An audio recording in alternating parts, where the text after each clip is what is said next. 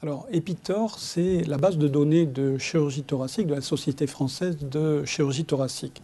En fait, tout est né dans les années 90, à la fin des années 90, où certains hebdomadaires commencèrent à publier ce qu'ils avaient appelé le palmarès des hôpitaux.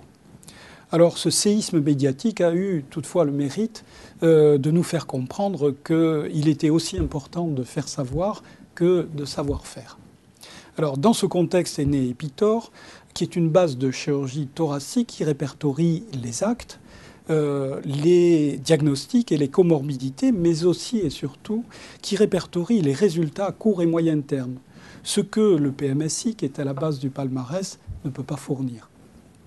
Alors, de plus, avec l'amélioration de la qualité des soins, que nous revendiquons, c'est le véritable intérêt des bases de données, eh bien, on a mis à disposition de chaque chirurgien la base nationale. Ainsi, en temps réel, il peut se comparer à ses collègues français. Alors, quantité et qualité furent au rendez-vous et nous avons pu avoir une reconnaissance institutionnelle, ce qui nous a permis de produire des scores de mortalité tels que le thoracoscore, scores de complications tels que ce que l'on a appelé l'IPAL. Alors, bien que facultative, la participation à la base de données Epitor est incontournable pour tout jeune chirurgien qui veut s'installer.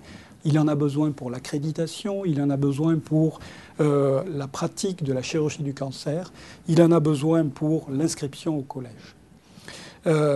Pour reprendre une des phrases qui avait été faite par l'un des journalistes qui était à l'origine du palmarès des hôpitaux, ce qui les intéressait, c'était la liste des trains qui n'arrivent pas à l'heure.